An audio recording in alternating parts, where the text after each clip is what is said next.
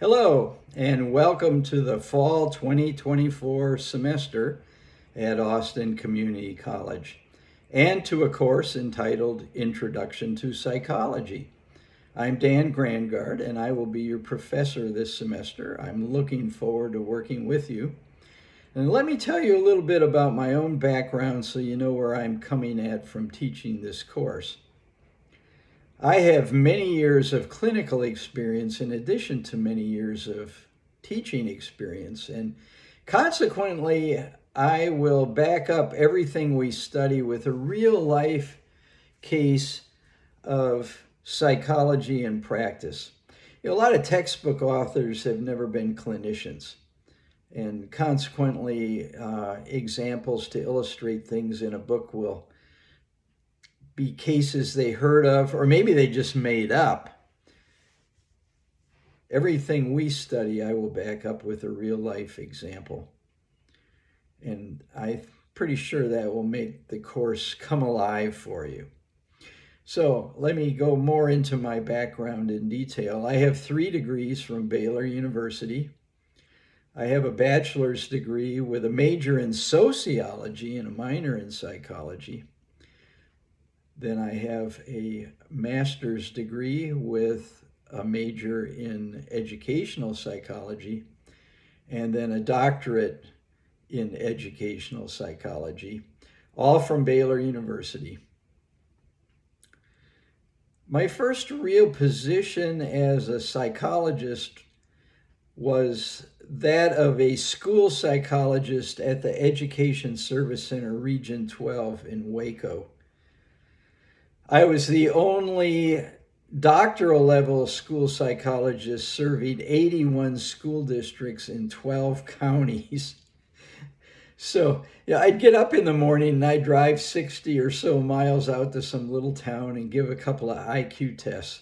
That was not my idea of being a psychologist. So I continued to apply for other kinds of positions. One summer, when I was attending Baylor, I shared an apartment with a guy from Austin. And one weekend we were out of food and out of money. And he said, this would be a good weekend to go visit my parents. And so we came down here and I immediately fell in love with Austin. I said, boy, that's where I want to live someday. So I would continue to apply for positions in Austin. And after a year in Waco, I managed to land a position as a school psychologist with the Austin Independent School District. And I did that for the next 8 years. Every year I was assigned to 3 to 4 school buildings, typically an elementary school, a middle school, and a high school. Most of the schools I worked at were on the southwest and the east sides of town, but from time to time I would go to other schools. I spent 2 years at LBJ High School and 5 years at Austin High, which I really enjoyed. The only school I survived at the whole 8 years I was a school psychologist in Austin was Oak Hill Elementary. And I always like to say I survived 3 different principals. Principals tend to be dictators in their buildings, and they want everything the way they want it done. So I'm proud of the fact that I made it through 3 different principals and 8 years at Oak Hill Elementary. I think my 2 favorite schools I worked at were Oak Hill Elementary and Austin High, but I worked at many others as well. Everybody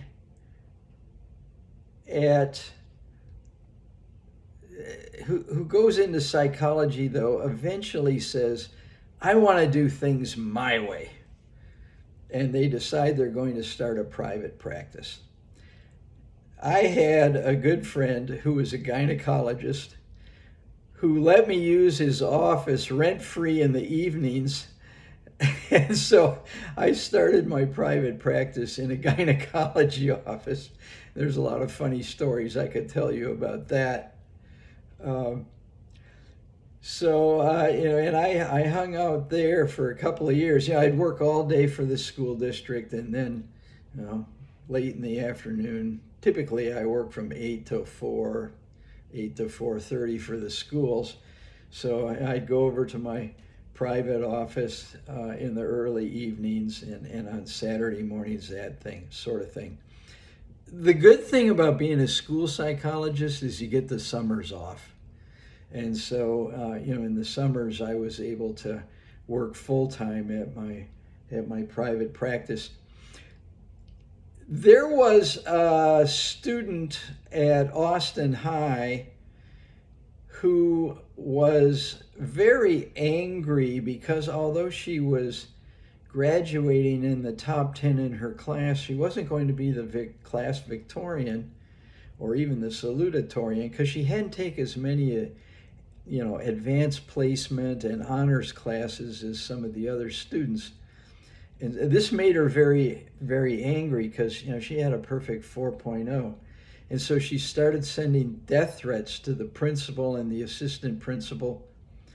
In fact, she sent the assistant principal one poem. His first name happened to be Jack, and the poem said, "Death be nimble, death be quick, forget the candlestick, kill Jack." And then you always knew it was from her because she had her own little logo that she would draw on the bottom of the note, and it looked just like this. When you do that, you get to meet the school psychologist. And as you could probably predict, this young lady already had a psychiatrist on the outside, and so I started consulting with him regarding her issues, and we really hit it off, and he suggested I might want to move my private practice into his office, which would be a more appropriate setting. This guy specialized in children and adolescents, so it really worked out especially well for me. Now, while I was a school psychologist, I also supervised school psychology interns from the University of Texas at Austin and from Texas State University down in San Marcos. So anyway, I moved my private practice in with the psychiatrist, and of course in the summers, I was able to work full-time. The school district wanted to give me a promotion, but if I had accepted the promotion, I would have had to work year-round for the schools, and I didn't want to give up my private practice. I was enjoying the work too much. And by the way, the psychiatrist that I was officing with helped me attain clinical privileges at several different psychiatric hospitals in Austin.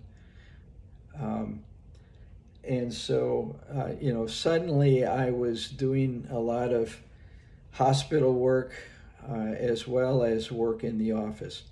I did a lot of psychological testing for the psychiatrist, and inevitably, if I hit it off with the patient, he'd say, "Why don't you go ahead and do the psychotherapy too?" A lot of psychiatrists aren't that into psychotherapy. They're more into prescribing psychotropic medications and things like that. So suddenly I was getting a lot of business, if you will, not just in the office, but also in the hospital. Well, the psychiatrist eventually decided to move to Dallas. Although he loved working as a psychiatrist, he hated dealing with insurance companies.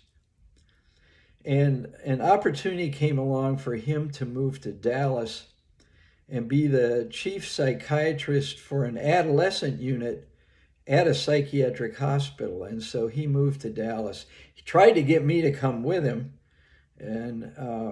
but I wanted to stay in Austin. So I continued on in my private practice for a while. Then a large clinic in Dallas decided to open a satellite clinic in Austin, and they recruited me to be their director of intern training, chief psychologist, and director of testing. And so I did that for the next 7 years. Um, Basically, I merged my private practice with that clinic. During that time, I also led group therapy in the hospital.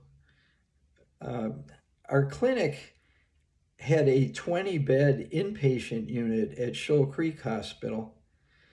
And so every other weekend for 7 years, I led group therapy primarily with adults in the hospital. I had gained some experience with group therapy when I was in graduate school at Baylor. I did practicums at the VA hospital and other places.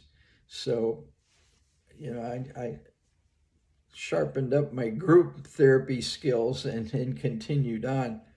Something I tell you about doing group therapy is it's extremely challenging. And I went through periods where I thought I was the worst group therapist ever and shouldn't even be doing it. And then I went through periods where I felt like I was the best. I was so good at group therapy that I should write a book about it. And I think the real secret to group therapy is having a good combination of patients. You don't want parents in the group, I guarantee you. A good group of patients in the hospital at the same time. But I'll talk more about that when we study therapies. Eventually, the clinic fell into financial problems. It got bought out by, and by the way, the clinic was huge. We had over 50 professionals working there, about a half dozen psychiatrists, equal number of psychologists, licensed professional counselors, clinical social workers, nurses. We had our own day hospital in the clinic, and again, an inpatient unit at Shoal Creek Hospital.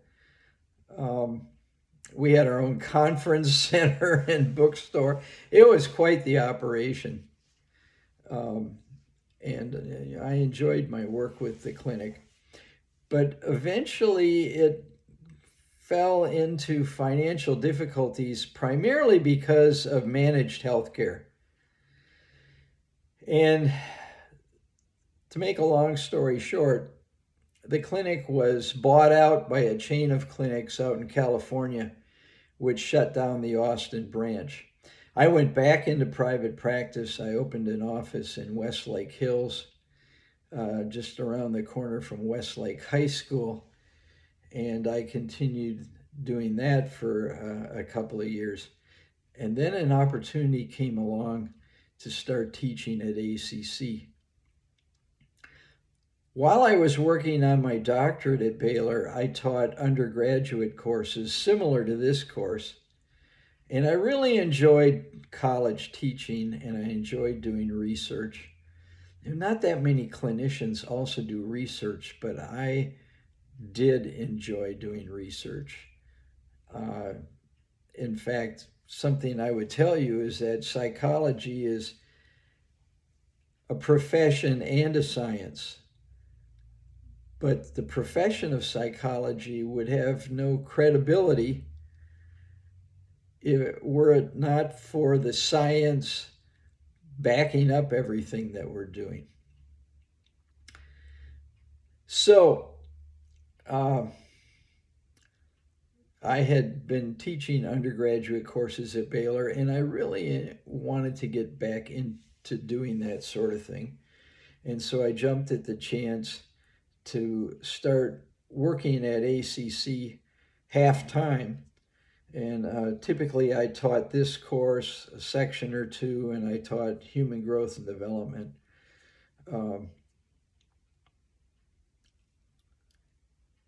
Then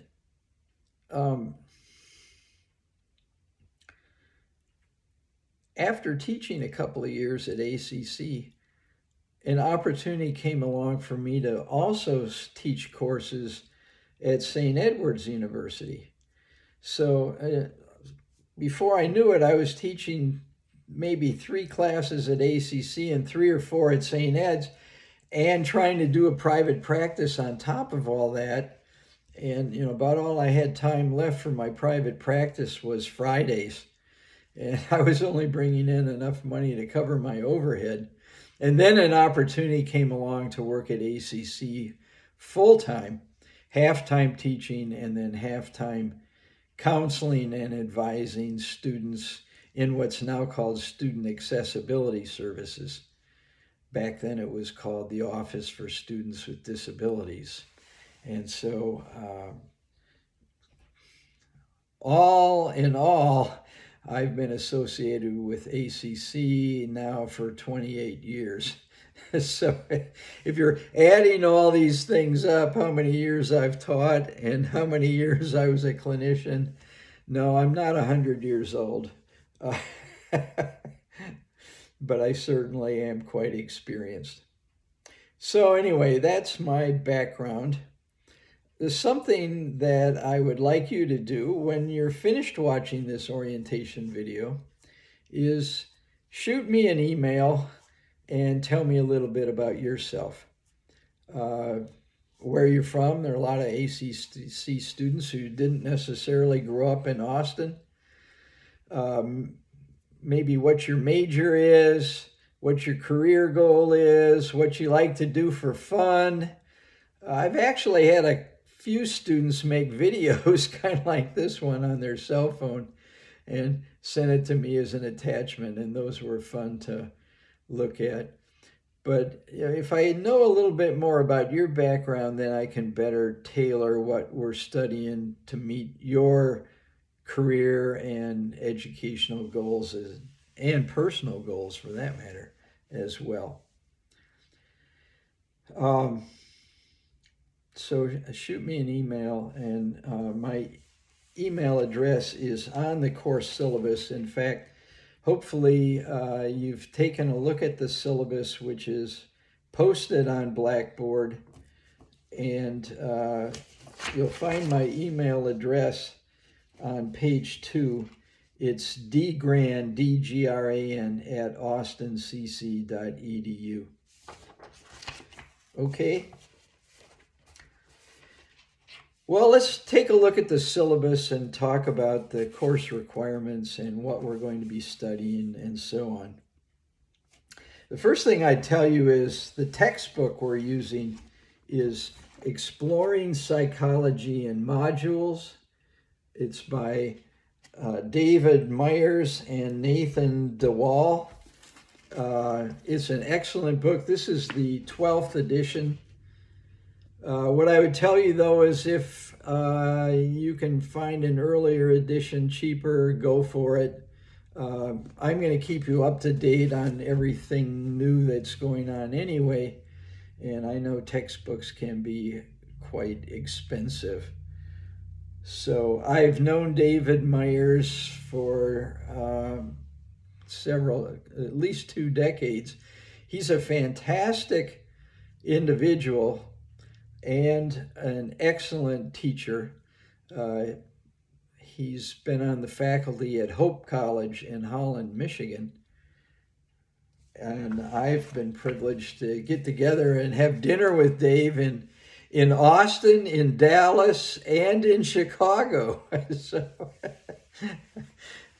I think you'll enjoy the book. It's well written, and modules is just kind of a fancy term for shorter chapters.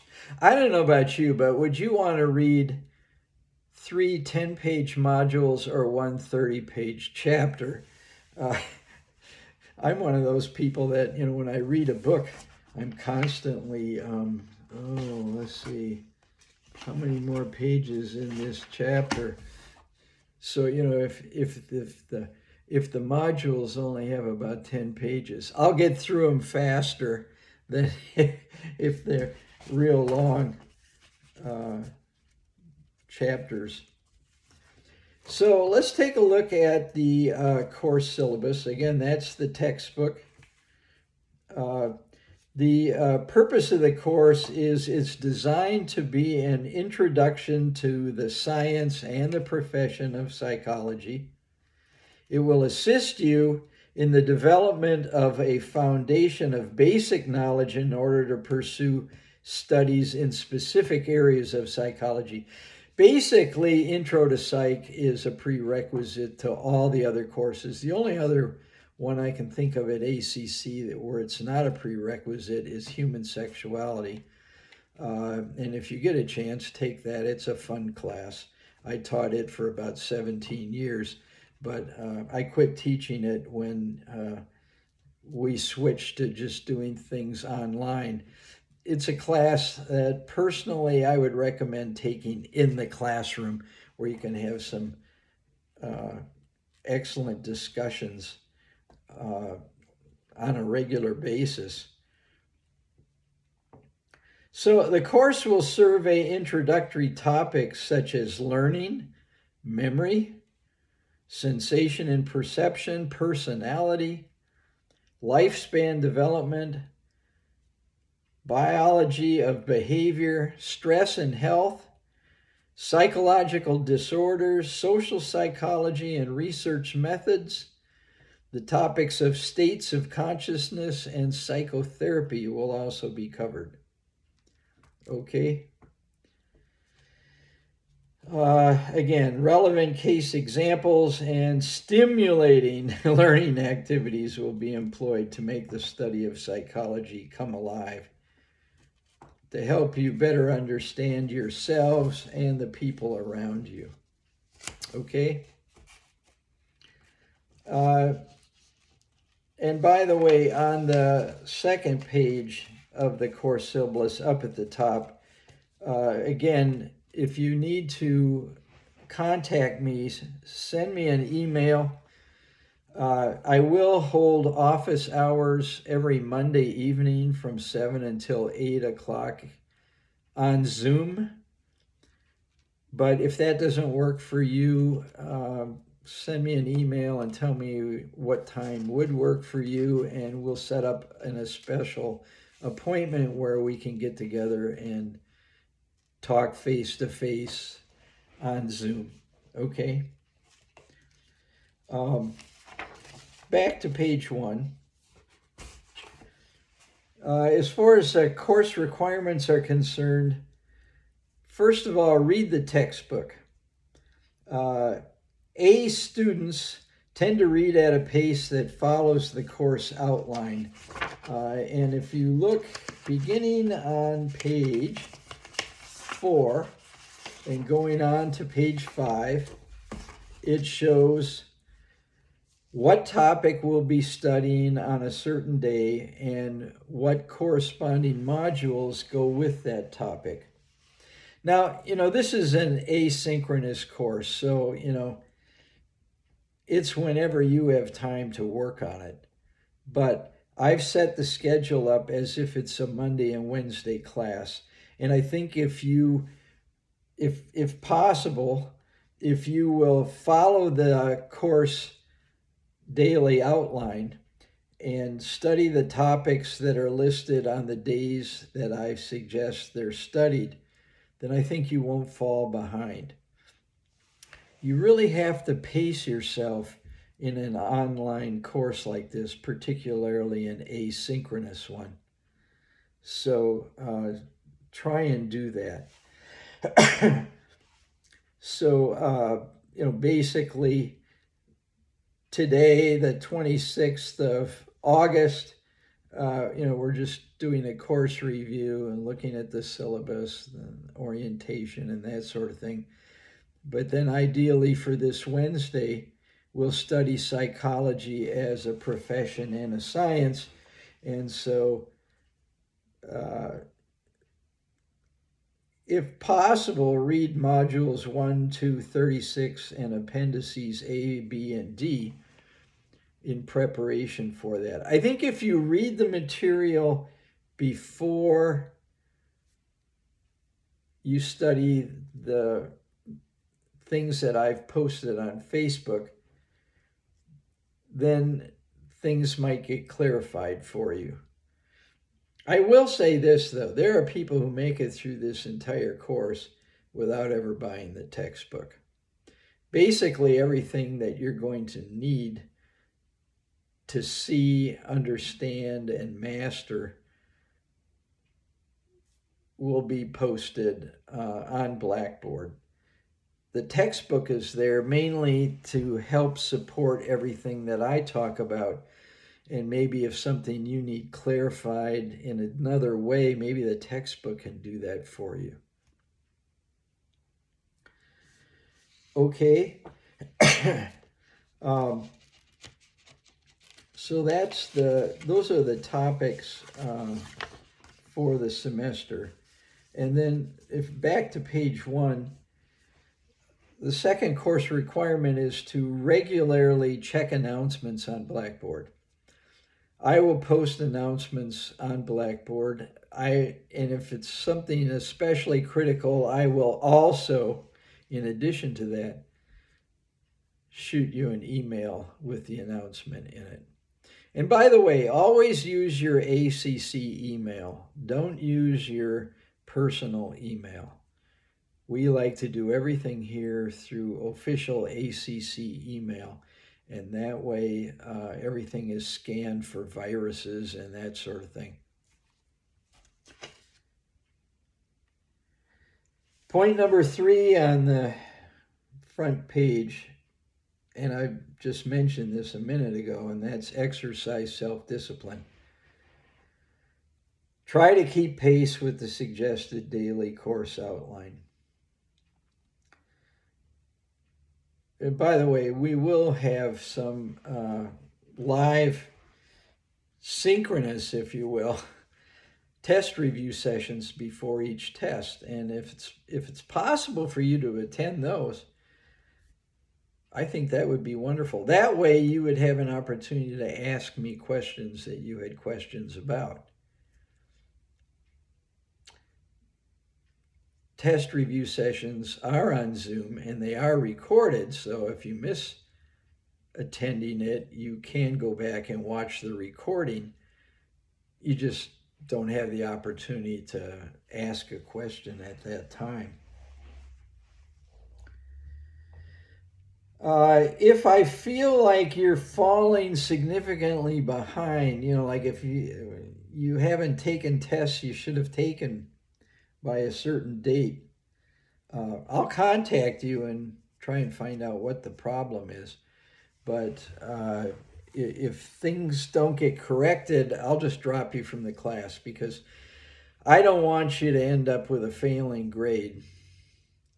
And quite frankly, every semester there's a couple of students that just seem to disappear, and it's not just from my class. They just, for whatever reason, they're overwhelmed and they stop attending their online classes or in-person classes, and there's a million reasons why. Vast majority of them seem to be work-related. Their work schedule has changed. But, if you seem to have disappeared, I'll try and contact you. But, if you get too far behind, I would rather drop you than have you end up with a failing mark. And by the way, as far as reading the modules, I don't know about you, but when I was a student, I have my textbook, and when I read it, I highlighted things in yellow, and I put little asterisks next to things, and I wrote notes in the margins, and all this kind of stuff. And then none of the stuff was on the test. And then things that I thought was insignificant in the book, there were all kinds of things about on the test. Well, that won't happen in this course. And that's because I've written learning objectives for the modules. And these learning objectives begin on page 5 of your syllabus. And so before you read a group of modules, read the learning objectives. And therefore, when you get to a point in the text, if you're wondering, is this something I really need to know? Well, if it's in the learning objectives, yes. And if it's not, well, you can underline all that and write notes for your own interest, but it won't be on the test. So I've taken the guesswork out of it for you, okay? So, and when it comes to test time, you can also use these learning objectives as review questions. Although before each test, I will also post specific review questions for that test on Blackboard, and you'll have an opportunity to go over those review questions with me during the test review sessions on Zoom, okay? All right, point number 4 on the front page, successfully complete 4 examinations. And if you look on page 3, there's more about the exams. The exams will be multiple choice and true false in format. There will also be a bonus essay question. And by the way, I write my own questions. I don't use a test bank or something like that. In graduate school, I had about a half a dozen courses in test construction. And I actually authored the practice tests for Dr. Philip Zimbardo, who was a professor of psychology at Stanford University. He used to also be the president of the American Psychological Association, and you will be watching some video clips during the semester in this course, starring, if you will, Dr. Zimbardo. So anyway, my practice tests were in their own separate book and shrink wrapped with his textbook and used all over the country. So I don't use other people's questions. I write my own, and I've gotten pretty well fine-tuned. But what I would tell you about these things, and by the way, it's open book, open notes, but don't think you can skip studying and just look up the answers, because that's not what these multiple choice questions are like. There's a thing in psychology called Bloom's taxonomy, which has 6 different levels, but let's just talk about the first 3, which have to do with writing test questions. And the first level of Bloom's taxonomy is called the knowledge level. A knowledge level test item would be like writing a definition of something. Okay? Yeah, something like that you could look up.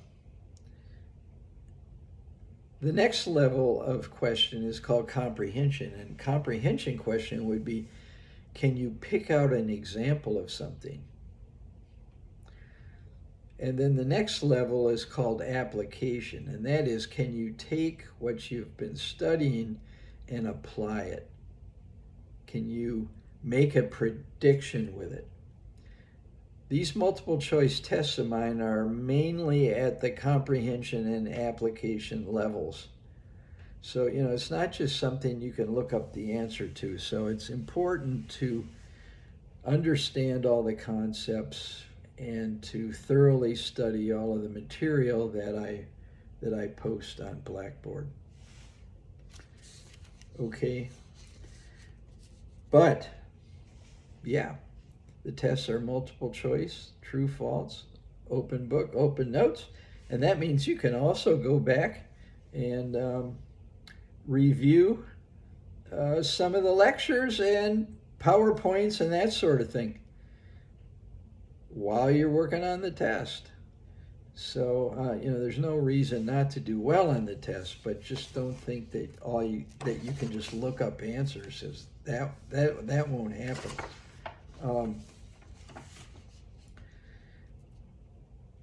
There are no provisions for retests or extra credit. Now, this bonus essay is not extra credit. It has to, I will email out the bonus essay question, and it has to be typed and returned to me via email prior to you completing the multiple choice and true false, the objective portions of the exam. So it's not like you take your test on Blackboard, and by the way, the tests are taken on Blackboard. They're not timed,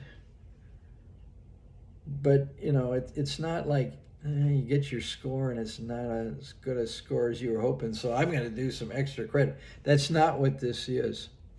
It's bonus points.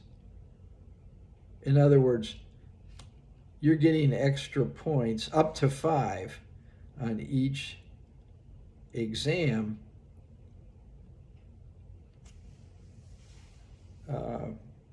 from the beginning. It's not something you tack on at the end. Okay. Students will have, again, I'm at the top of page 3, 1 week from the day each test becomes available to complete the test. Again, bonus essays should be emailed to me at dgrant@austincc.edu on the day the test is submitted. The test must be complete, the last test must be completed by the last day of the semester, which is December 15th. Again, look at pages 4 and 5 of your course syllabus. Notice I will make test 1 available, and it will cover the topics up to that point, which include psychology as a profession and a science, neuroscience and behavior, prenatal development, lifespan development. The test over all that material will be made available to you on Monday, September 23rd. And you must have completed that test and submitted it by the following Monday, that's September 30th, at the end of the day, which is 11:59 at night. Okay? Here's what I would tell you, though. You really need to shoot for taking the tests on the day it's first made available. And I'll tell you why. If you wait and get it submitted by the following week when it has to be done, now you're several topics behind in your studying. And so you don't want to get behind. You need to pace yourself. Test 2 will be available on October the 14th, and you have to have completed it by Monday, October 21st. Test 3 will be available, if you look on page 5, made available on Wednesday, November 13th. You have to have it finished by Wednesday, November 20th. And then the last test, unfortunately, you don't have a whole week to do.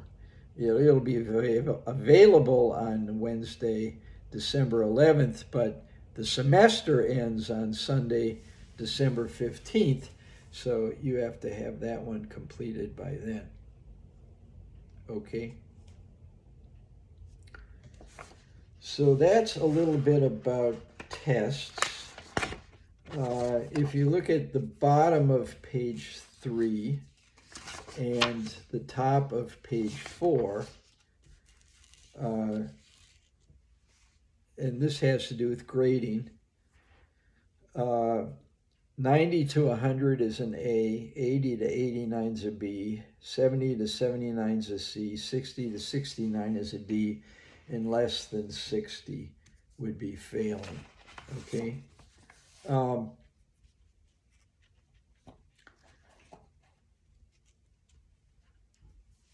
right. Your course grade will be your average of the 4 tests and a book report. And I'll talk more about that in a minute. After you complete each test and submit it, Blackboard will automatically score it and tell you what your score was. You won't be able to see what you missed until everyone has taken the test, and then you'll be able to go and see specifically what questions that you missed and what the correct response should have been.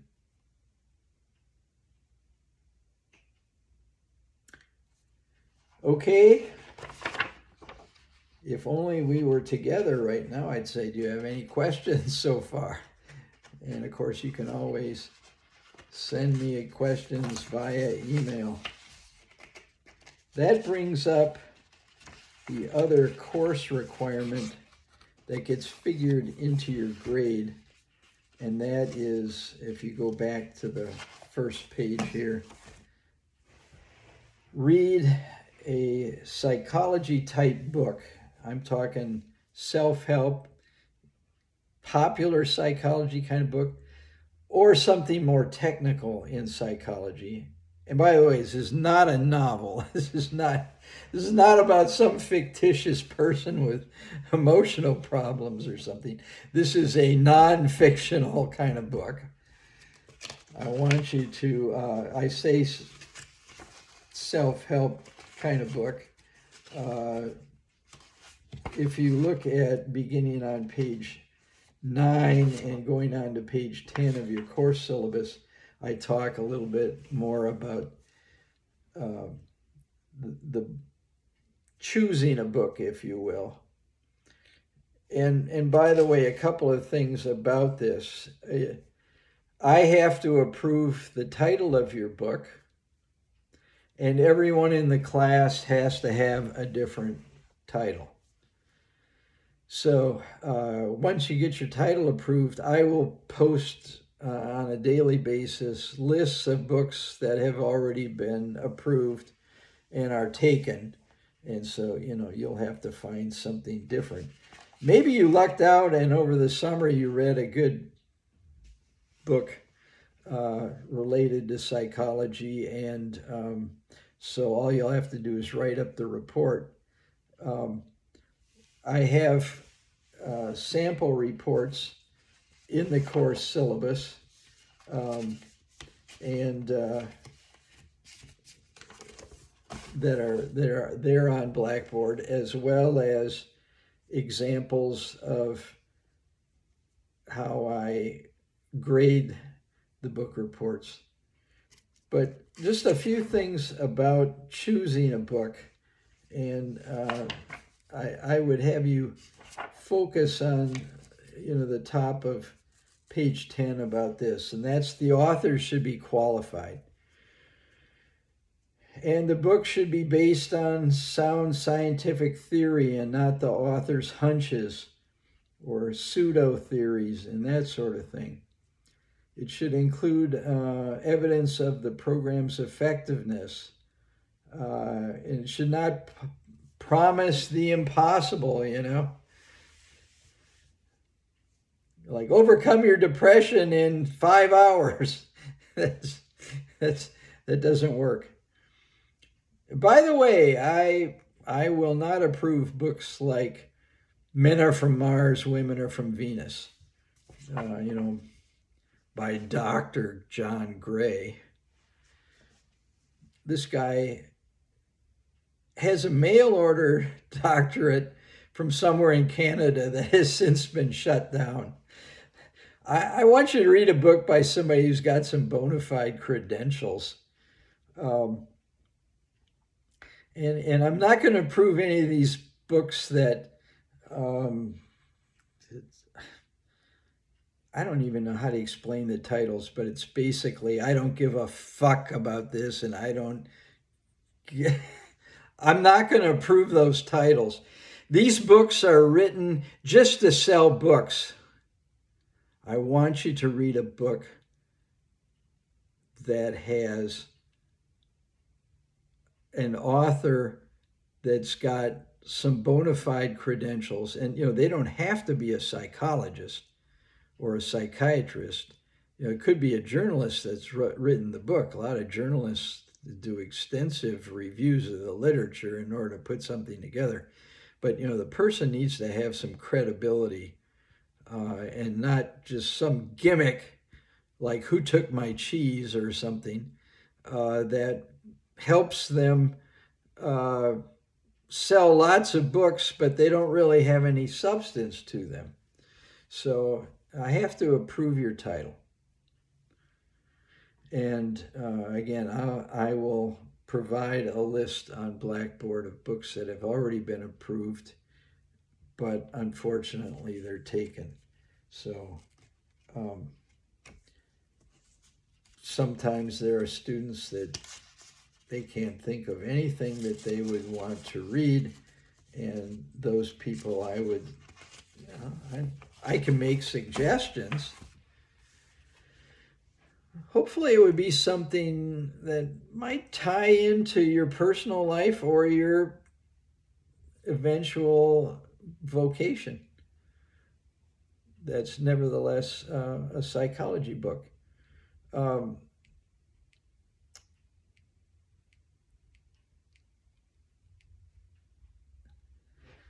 reading one right now that's I meant to have it with me because I'm not sure I can remember the title. But it's about the current generation and how much depression is going on. And it's because these people are spending all their time on social media and not interacting with real people, so to speak. The author talks about how people growing up in the 1950s and 60s were, and 70s for that matter, I would go so far as to say maybe even the 80s. It's what he called play-based development, where these people hung out outside and played ball with their friends all the time, versus what he calls more recent generations that are what he calls phone-based development,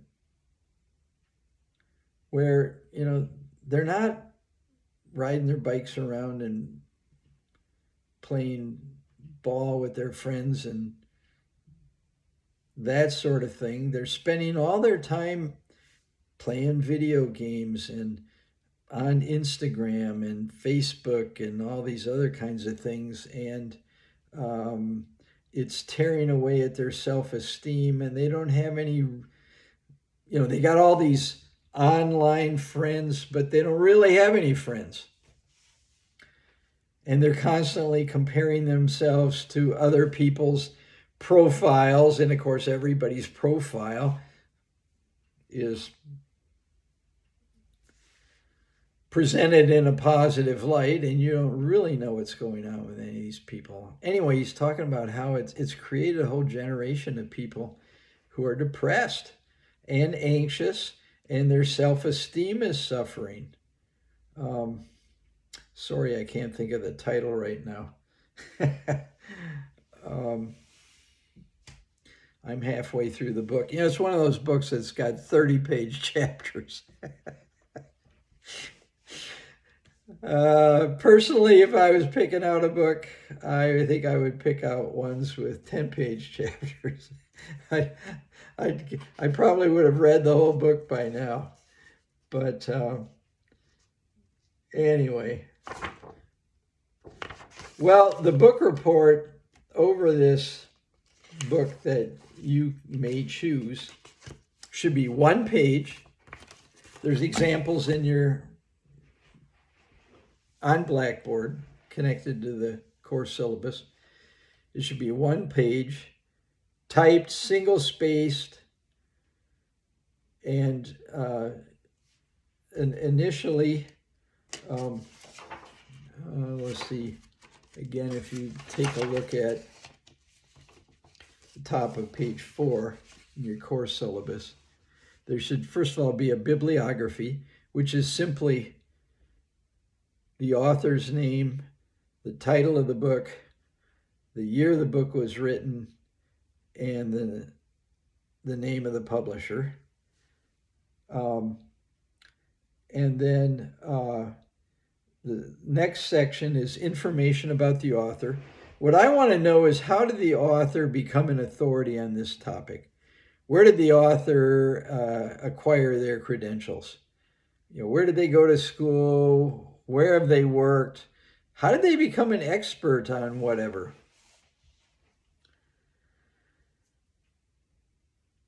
And then the next section is, what is the thesis? What are the main points? The example report I have there, the main points is set out by bullets. Well, you don't have to have bullets. You could just have paragraphs. But, what were the main points of the book? What was the thesis of the book? And then the last section, your evaluation of the book. And by that, I mean, how did the author support or fail to support the main points? Was there an extensive bibliography in the book? Did they quote other authorities in the field? Did they cite research studies that have been done? Is the book full of statistics and that sort of thing? If it's all just their own opinion, you need to criticize that. And that's the problem with a lot of these fly-by-night self-help books, is it's just people's opinions on something. I want you to read something with more substance than that.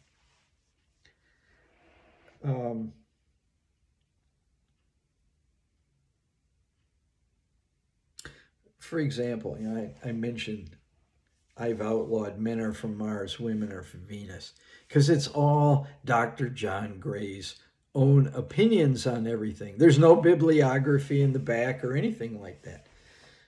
I always say, if you want to know if a book's worth reading, look and see if there's an extensive bibliography in the back. If you want to read a good book that gets into the differences between men and women, read The Male Brain by Lou-Anne Brisendine, or read The Female Brain by Lou-Anne Brisendine. These are relatively small paperbacks, and yet half of the book is a list of references. As she, by the way, has outstanding credentials as a psychiatrist. Well, this is more the kind of book I want you to read. Okay? As far as the book review is concerned, the first section, the bibliographic entries, worth 10 points, and then each of the other 3 sections are worth 30 points each.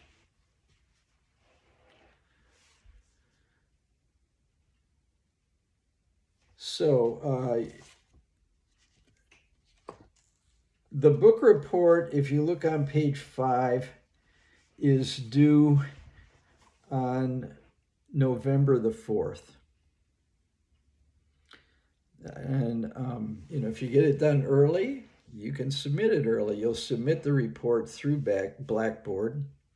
By the way, they are scanned for plagiarism and that sort of thing. And let's bring up a couple of important points here on page 3. which has to do with academic integrity. Student behavior, including academic dishonesty, should reflect the policies outlined in the ACC course catalog. Academic dishonesty will result in a failing grade on the assignment or test.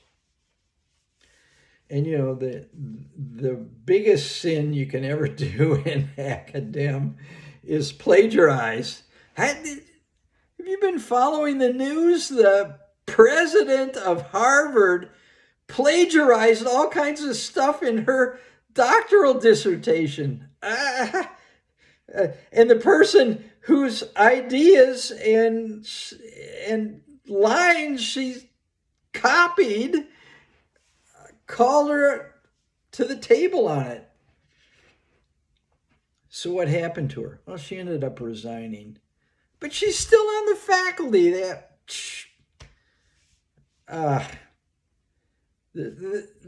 This is absolutely the worst thing you can do in academ, is to plagiarize things. Now, you can borrow other people's ideas all you want by quoting them and having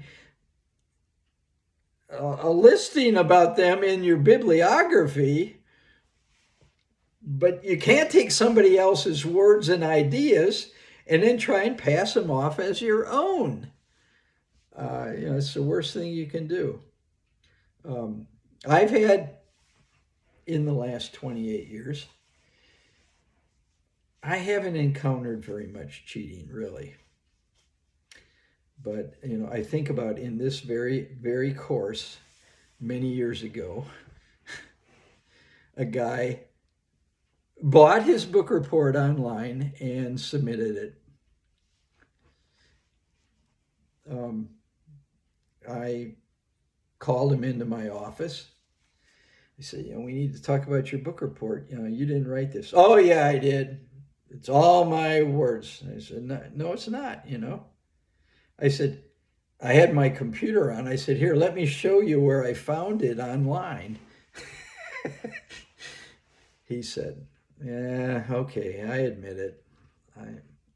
It's not mine. I bought the report. I said to him, how much did you pay for it?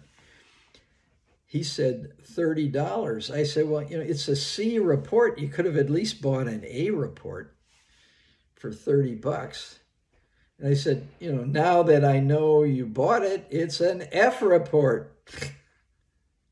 Please don't do anything so foolish as that. It's always a dead giveaway to me when it's not in the right format.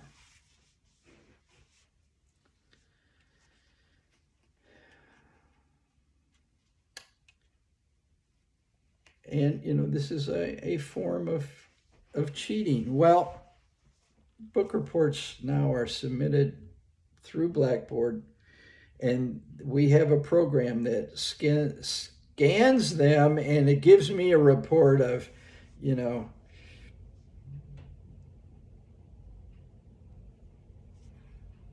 like it might say, well, this report contains 9% of information that could possibly be from somebody else.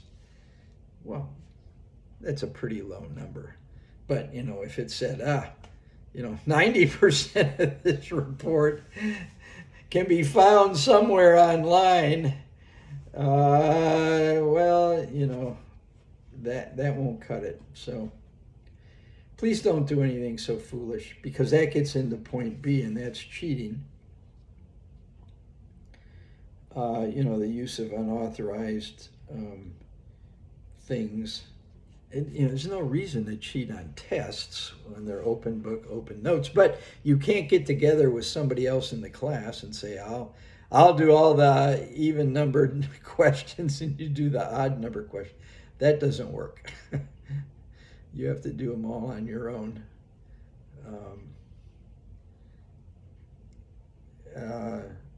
So please don't do that. Rarely I've had students cheat in the classroom. I remember one semester in this course, I watched a student continually copying the answers of the person next to him. And I didn't do anything about it because the person they were copying had the lowest grade in the class. I thought, if you want to copy their answers, you go right ahead. But I'm going to assume that everyone watching this video has absolute academic integrity and won't do these silly things. Fabrication, making up stuff, making up information. And collusion, that is knowingly working with somebody else to come up with answers. So there you've heard the lecture on academic integrity and all of that. The last day to withdraw from the class, bottom of page 5, is November the 21st. If I had dropped you, the last day I can reinstate you is November the 21st. So hopefully that date isn't going to apply to anybody.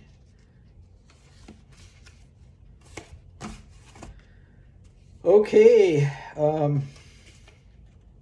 well, I've been yakking at you for quite a while.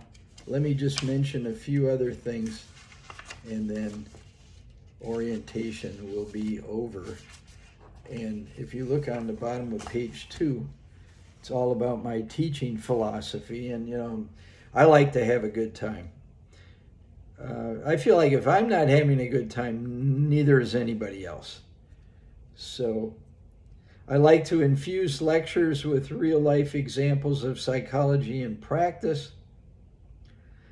I like to maximize use of media to illustrate main points. Consequently, I have PowerPoint slides that they are accompanied by audio lectures and some video lectures and video clips, audio clips, all sorts of things. I use all sorts of media to try and get concepts across to you. So it's not just all the same thing.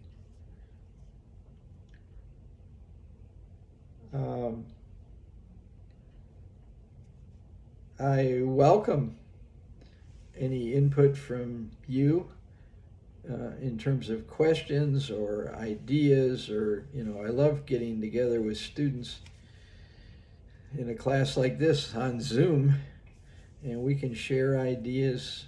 You can bounce your ideas off of me, and we can have a good time with the material. I love a good debate. And there are all kinds of controversial issues in psychology we could debate. And I could argue a point with you to the point where you don't like me anymore, when in fact I might totally agree with you. But every issue has an opposite point of view. I just can't get over it. I don't know, have you had some of the encounters online that I've had? I just, I'll post a comment about something, just an observation, and, random people who live who knows where, not in Austin, will attack my point of view about something. I had it happen to me just today. Somebody had posted some. Here's what I would tell you. There's a whole lot of theories in science that are just that, theories, and too many people present them as if they're facts. And somebody had presented something, it had to do with astronomy, and that this is how this happened, and this happened, and this happened. And I said, well, it sounds like another theory posted as a fact. And this guy just attacked me. Well, do you have a better theory in mind and all this kind of stuff? Everybody's got a different point of view on things, and that's okay. But don't attack somebody just because their attitude or their point of view is different from yours. Take it in. And what I had said in this thing was, I said, well, this is really an interesting point of view. It's an interesting concept for thought. But it's presented as if it's a fact. It's really a theory. Oh, this guy climbed all over me. See, this is the problem with phone-based lifestyles.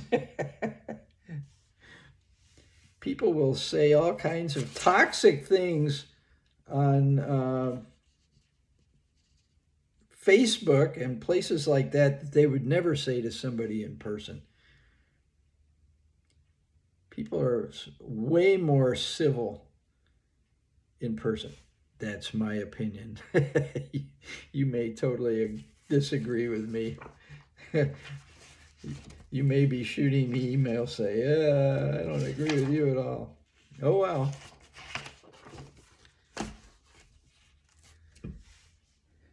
But I love a good debate.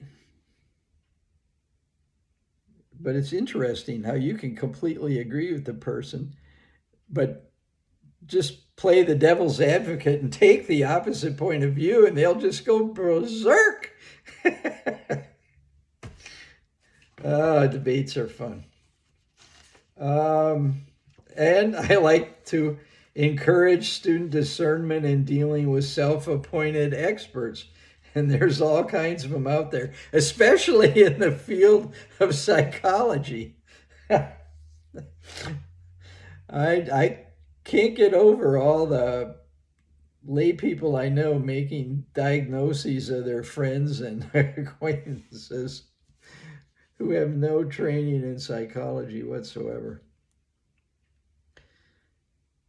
Hopefully, I'll make the material relevant to your vocational and personal aspirations.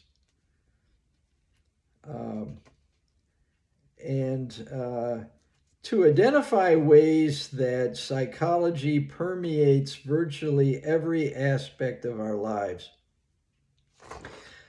There's just all kinds of stuff that's been going on lately in the world that can be explained with psychological theories and research and so on. And I'm really kind of excited that we can jump into this stuff this semester. Okay, that's what I've got to say.